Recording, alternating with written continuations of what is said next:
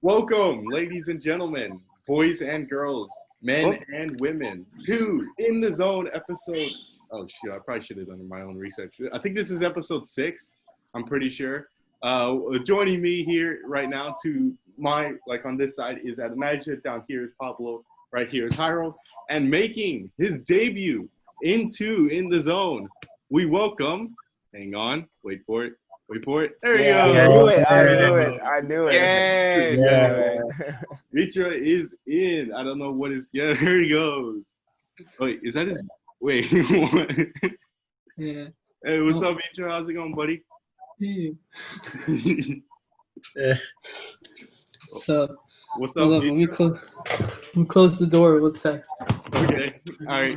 So, right. So, Mitra, I've been telling them this off camera while you've been in waiting, But The topic for today is this one. I don't know if you want to get into on this one, but we're gonna talk two-legged ties between the teams we drafted last episode. I don't know if you watched it or not. Hey, I'm interested. I'll listen. Okay, and then we're gonna talk a little bit of the NBA, right? Like the bubble and how it's working and like what it's going on, playoffs and stuff, right? And then we're gonna get into some stories, and then I think we'll do UCL predictions as well in that. So. Without further ado, welcome Mitra, joining in for the first time, Yeah, it's nice, man. Yeah, and we have our first two-time guests, bro. Adonijah, Pablo, and Jairo back for the second time. They could not leave, bro. Even though Adonijah and Pablo decided to try and do their own podcast without me, Yeah, kind of hurts, but it's fine. Go check it out. It's dedicated to football, okay? Ours is dedicated to football. Yours is more dedicated to football. Everything. I'm just saying. I think it's on Spotify, unlike Nick's. So. Oh, that's I have an iPhone. I can link with Apple Podcast too. You guys were talking about Barcelona, right? Oh yeah. Wait, can we start with that? Can we start with that? Do we want to start with UCL? Yes, I want to start with UCL because oh my god, bro! I'm not a huge soccer fan, but I saw that game kind of. Like I saw a little bit. Okay, I'll do it most since I'm the one who's closest to the Spanish teams, right? So I'll talk about this the most since this hit me the most. All right, so first of all, let's just get this out of the way. Barcelona fans, I would hate to be you right now. All right. I would hate to be you. There's so many. Dude, there were so many things wrong with that game. Okay, hold up. I'm speaking first. All right. Go ahead. Raise your hand. Okay, let's do a new system, right? Since there's so many people. Raise your hand when you have something to say, and then the first person that raises, I'll point them out, and then we'll say something after I'm done with my segment. So it doesn't have us all talking over each other, That's what a podcast is, though. Huh?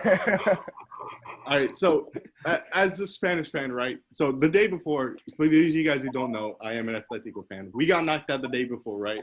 And so I was in a pretty bad mood, right? I remember I was damn near depressed, on the bad side of depression. It was pretty bad. I'm sorry. It was I felt really bad. So I was watching this game with a little bit of hope, right? So Bayern goes up 1-0. I'm like, oh crap, Bayern's about to blow the building out of Barcelona. Barcelona comes back pretty hard, they could easily have just gotten 4 back right there. And then it's okay, well, we got a game. And then Bayern scored again.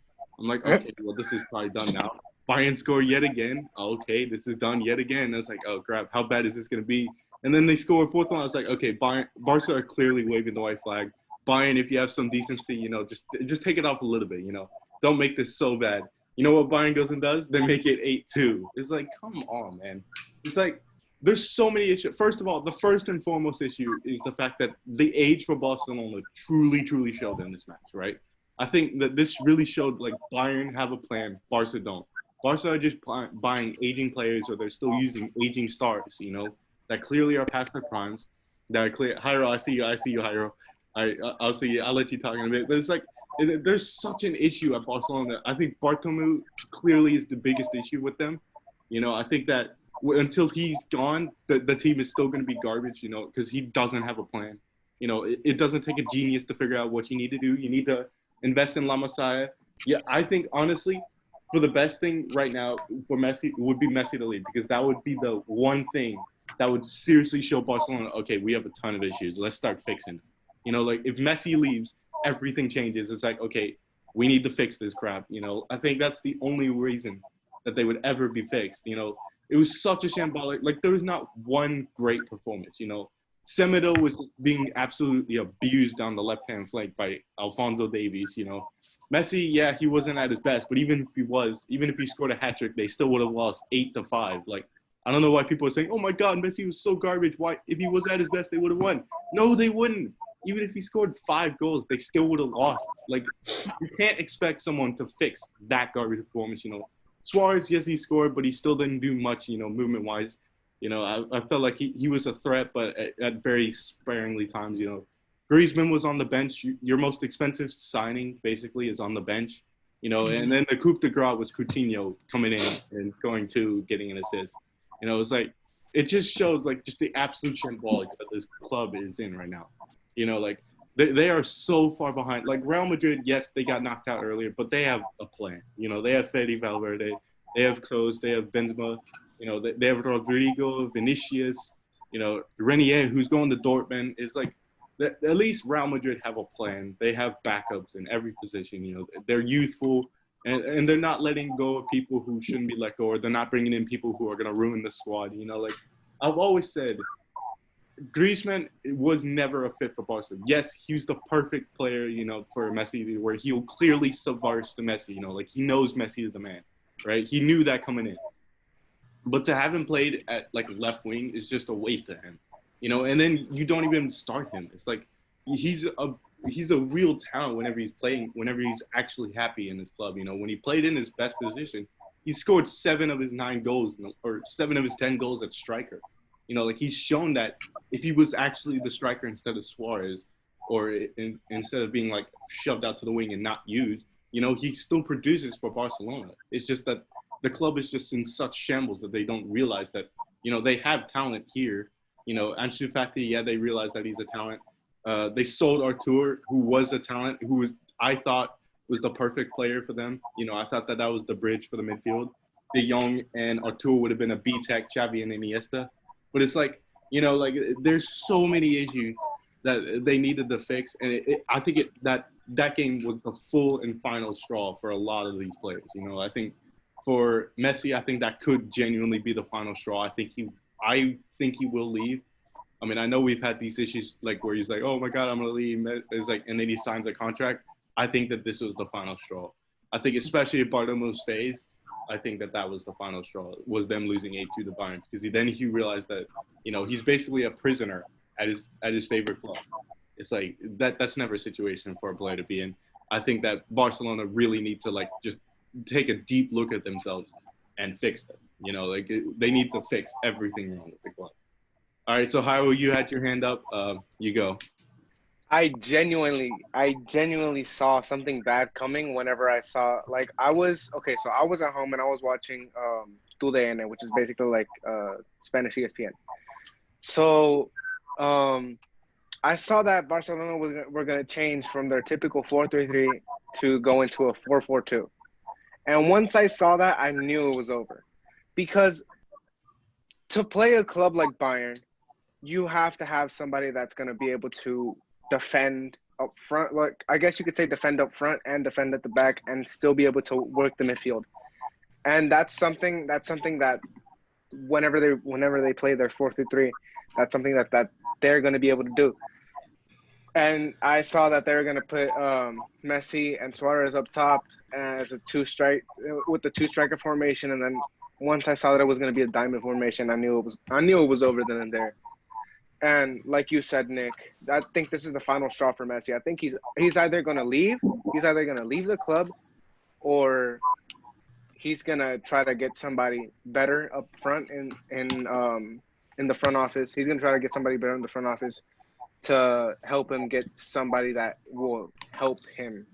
I guess you could say help him on the pitch. Reports are saying that he wants to leave, and Man City are like the front runners for that right now.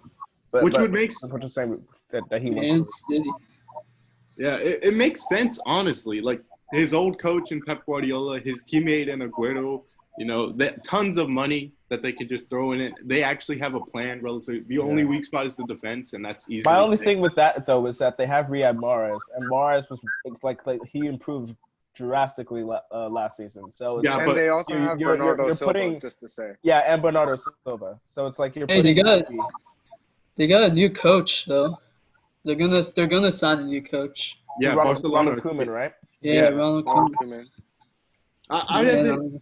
Here's my thoughts. All right. Okay, so I think we can all agree, Bayern are the clear favorites, right? Oh yeah, for sure. 1,000%. I think that there are teams that got eliminated that would give them serious issues, but they never got to. They played the teams that are perfect for just absolutely game. So okay, so hold up. Here are the two. There are two teams I remember. I looked at. I was like, okay, this could be a problem for Bayern, right? Juve, because they have the one person that is like the absolute just trump card over basically everyone, you know, in Ronaldo. All right, and two was Man City. I thought Man City had the best because they have De Bruyne to just pick. And I am not trusting Alphonso Davies, Kimmich, who is it? Who did it play? Boateng, and then Alaba. I'm not trusting them against De Bruyne. I don't care who you are. Like, there are teams that could beat Bayern. I don't think that they would because Bayern is a legitimate squad. But it's like there are teams that would have given issues. I think that we'll go into this a little bit later. I have a ton that I think that would give them so many issues for different reasons. Yeah. But I think that Bayern aren't invulnerable. I think that the game versus who is it? Olympiacos. Because Olympiacos took it to Bayern. I don't think people remember this. They were like in that game for both times for the longest time. They were in the game. You know, like Bayern aren't invulnerable, but at this point they just seem invincible. If that makes sense. You know, like they're not invulnerable, but they're invincible. I don't think. Okay, I don't think they seem invincible because I looked at. So like you saw the first 15 minutes of the game against Barcelona. They could have easily scored 3 or 4 goals in that opening 15 minutes. Bayern Munich, if they're attacked the right way, which Barca definitely do know how to do, like Barca scored 2 goals against them. Their attack wasn't the issue, but Bayern Munich can be shaky at the back, and if which is why I was actually like really disappointed when Man City lost to Lyon, because imagine Bayern Munich versus Man City. I know Aguero's injured, but you have Sterling, you have Bernardo Silva, Gabriel Jesus, Riyad Mahrez, De Bruyne. The list goes on for Manchester City, and like they could have attacked that Bayern defense. And I trust Manchester City defensively way more than I trust Barcelona defensively, and like that would have been a great game. But I mean, Bayern can be got at. There are a few teams that can do that. Yeah, you're right, Nick. So I'm not sure that Lyon are the team to do it. They are a better defensive unit, and they did very well against City counterattacking wise, but I think Bayern will be too strong for them. But PSG, if it ends up being Bayern versus PSG, that's going to be interesting as well. Okay, so you're talking about Man City more trusted defensively. I do not trust Man City defensively. That is the no. I never said that. I trusted them. Yeah. Hold up. Okay. I trust Barca's talent defensively to hold so many more teams. It's just the issue that if they're off, they're so off. You know, like, and it showed versus Bayern. Bayern is just absolutely ruthless when they want to be. But I think Man City's defense is way worse than Barca's top to bottom. You know, like, because Ter Stegen is better than Ederson. You know, PK and Longley is a better pairing than Stones and Otamendi or whoever the heck they run back. You know, like, regardless. You know, Walker and Cancelo aren't what they used to be. You know, even though Semedo played really bad, generally he's a good right back.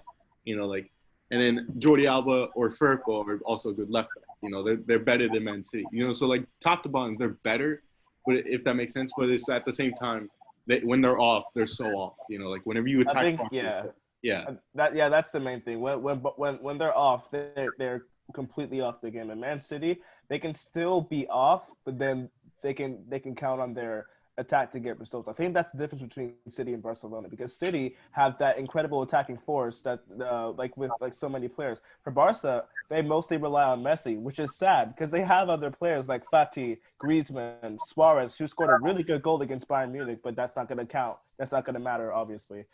But they rely so much on Messi. Oh, sorry. Yeah, go ahead.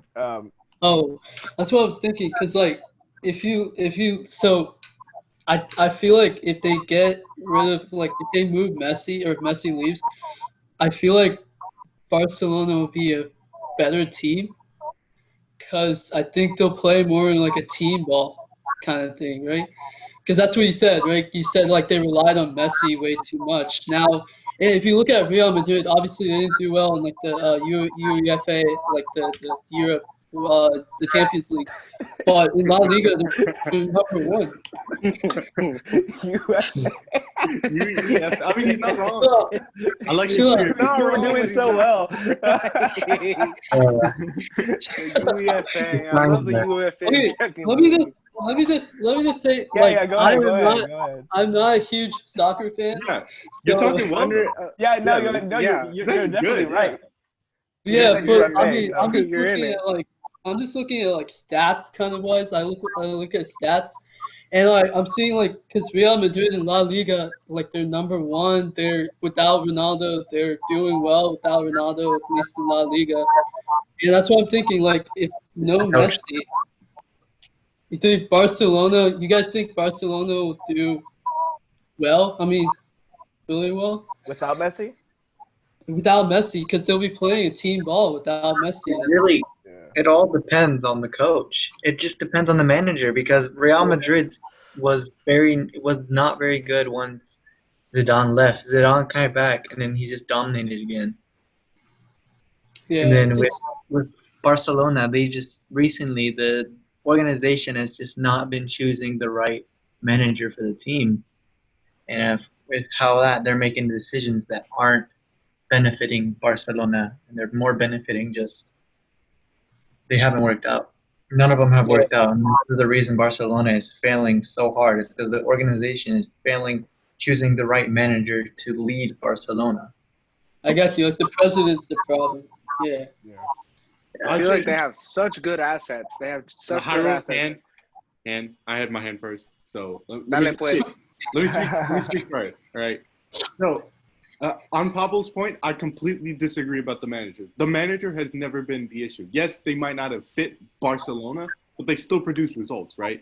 Quique Setien had a 75% win rate, right? And he still got fired because of one result, because the players didn't fit the system, or because Bartomeu, which is in my opinion the president, he's the biggest issue because he never knows what to do. He always blames everyone else but himself. That's why they fired Abidal. You know, like Valverde, people were roasting him. He had like an 85% win rate. Like he literally was great. It's just the fact that the players had a bad game. He's still won La Liga that doesn't year, have a right? plan, you know. Jairo's first, Adonijah. Jairo's first. Yeah, I was just saying he still won La Liga last year, right? Exactly. Yeah, he still won La Liga. You know, it's like the manager has never been the issue. There's never been the true issue. Correction. You know, like yes, there's been an issue, but it's not like the make or break. Also, after Jairo and Adonijah talk, let's move over to some UCL predictions and recap for the other matches. You know. Okay, so I genuinely feel like it's not. I know you really can't blame the coach for any of it. The manager, you can't blame the manager for how the players like play, but you can blame the manager on how he tells the players, like how he moves the players around. But at the same time, okay, at the same time, it's like even though the manager is sorry, my mom came in and she like made me forget my points. Let's move on. Okay, so Adonijah, did you have something to say? Yeah, I mean, just on the lines of I agree with Nick in terms of the manager isn't the issue. I mean, I think that Ronald Koeman might surprise people, but I think the president has to be out. I mean, they've already made changes. They've sacked the manager. They've sacked the sporting director and stuff. They're making the right moves, but then the president just has to go. Because I mean, he has sacked managers upon Luis Enrique, Valverde, and then now this Quique Setien, and now now Ronald Koeman is there. What if something happens to where they have a bad result in the Champions League? Is Ronald Koeman going to be fired as well? I mean, that can't happen, and then that's just going to keep on outlining the problem that it's the president that's the issue. So I mean, all in all, it was a bad bad season for La Liga teams in the Champions League. Never mind just Barcelona, but Barcelona obviously had the worst of it. So they'll have to look at themselves and just say just fix their team. It's not gonna be easy. Lionel Messi going out, I agree with Mitra. It's gonna make their team better because then they're gonna have to play as a team because they can't rely on one single star-studded player. So their defense was so bad in that game. Yeah, that's another thing. Yeah, it was so like I saw there were people saying that Bayern were too good, Barca just couldn't handle them. I mean, I know Bayern were incredible. They really were. But Barca, there were some of those goals that could have easily been avoided. Okay, so sorry to cut off you, buddy, but like I have to eat dinner at 6:30. I don't want another 3-hour episode. So. Oh, that's not gonna happen. Trust me. Okay. Oh yeah. No. All right. So let's move on. All right. So I want to talk about this, right? Since I have a lot to get off my shoulders about the Atletico Leipzig game. All right. I've told Adonijah and Pablo this that I disagree so hard with their opinion in their podcast. They were like, Leipzig played well. No, Leipzig did not play well. Like this is not a testament to Leipzig's ability. This is more a testament to their heart and their mind. All right. This is not a testament to their actual ability. There is such like everyone who's saying, "Oh my God, Leipzig was so over Atletico." No, they weren't. They had 2 shots on target, right? And the deflection didn't count as a shot because it never actually traveled near the net. It was still outside the box when it got deflected, or it was like outside the goalie's box region, whatever it is, right? So first of all, right, I have an issue with starting Marcos Llorente as a striker. I know he's changed so much since the Liverpool tie. I know Adonijah is still a little bit upset about that. You know, I'm sure you were rooting for Leipzig the entire time, right? But like Marcos Llorente has actually stepped up, you know, as a goal-scoring option, you know. But the issue is, you know, I don't like him at that position. You know, we should start Falish in this position, and it showed in those like 20, 30 minutes. Like for the majority of the second half, and this is not an exaggeration. I think out of the second half 45, I think we dominated 40 minutes of that. People who say that we didn't play well, no, you're an absolute idiot if you don't think that. Like if you clearly didn't watch the game, or you're just stupid, or you're just blind, or one of the 3. You know, it's like we played very well. There was 20 to 30 minutes, you know, including the Falish penalty, you know, including the Renan Lodi dive. Because whenever I first saw that, I was like, that's a pen. But it's like, no, when you watch the replay, yes, he dived. The refs were pretty good for the majority of the game. I think they got one issue wrong. I'll talk about that in a second. I think that for the majority of the second half, we just absolutely took it to Leipzig. And I think that Falish's introduction really should have killed the game. You know, like there was like a good period where Upamecano was the only thing stopping us. I think the biggest issue that I have with the result isn't the fact that we lost to a deflection. It's the fact that, you know, I think that the Klosterman tackle, I don't think Adonijah will agree with this. You can give a referee like input and why it was. I think it was a red card. I think because it was a clear denial of a goal scoring opportunity, and it was gonna be goal scored. Like there was no way Falish was gonna miss on 1-on-1. He tackled him from behind. Falish knew he was tackling him from behind. He took a touch and just to ensure that he got the pen, right? But he still was gonna shoot. You know, like he still had the inclination to shoot. He even talked about it. He said, "I was gonna shoot. I just took the touch to make sure that I got the pen." In case I missed the ball or something like that. You know, it's like, it says meeting will end in 10 minutes. Hang on. Oh, no, that doesn't happen. They just go on. No, it said remaining meeting time 9:50. Yeah, it just goes on. It doesn't. It won't do anything. Are you sure? But, all right. Yeah. Okay. We'll trust in that. All right. But like, I think it was a pen. I want to hear your thoughts. I think because if Ramos' stuff on Gabriel Jesus, when it wasn't even looked at, was a pen. If that was a red card, I think that this 100% is way more of a red card than Gabriel and Jesus. Because Ramos is still going to catch up to Jesus. Like, So being like having the referee's view of it, what we look for when it comes to those situations like that. Oh my gosh. That was good, man. Oh my gosh.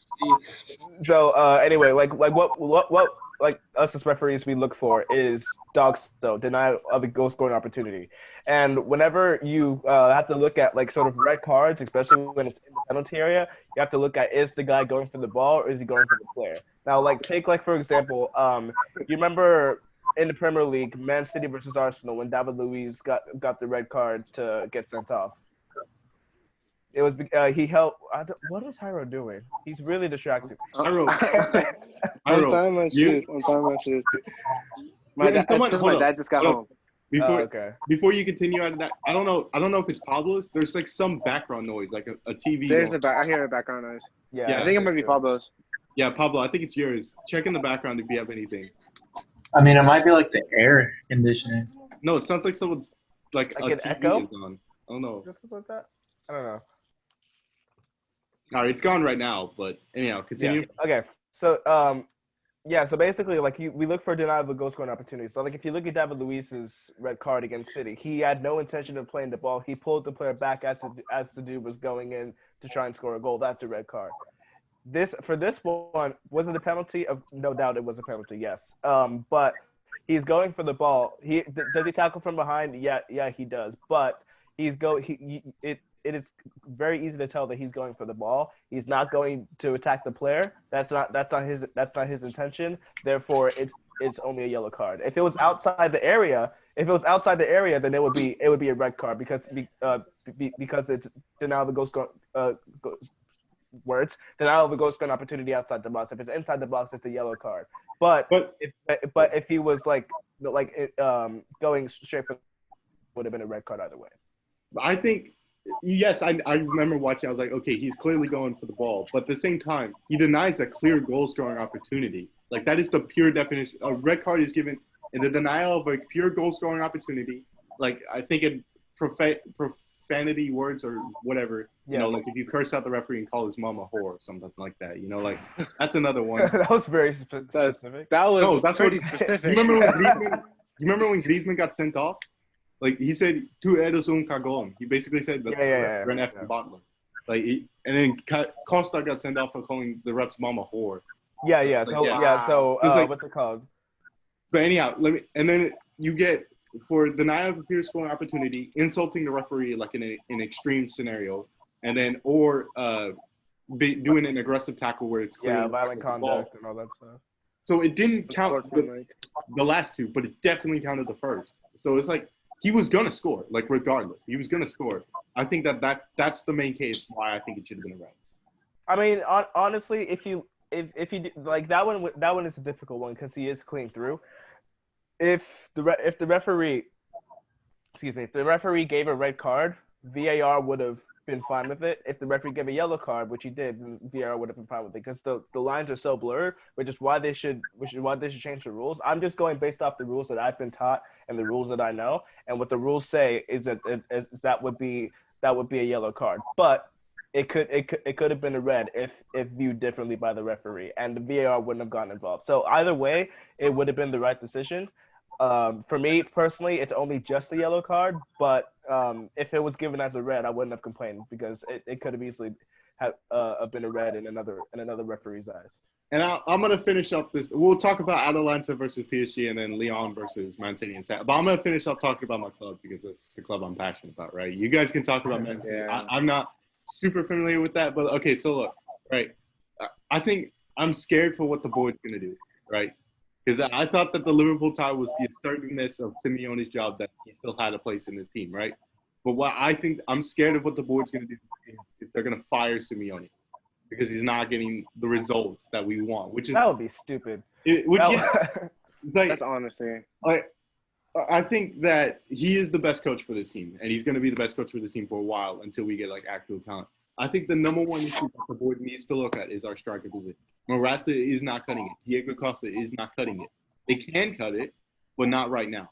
I think that we're falling behind because of our strike force. I think the smart move not only would be to like free him, but to actually, that it would make sense because he knows the system, would be two things. Get Cavani, who it looks like he's going to Benfica as we speak. Benfica posted a teaser or something like that a little bit ago, right? Or two, to get Griezmann.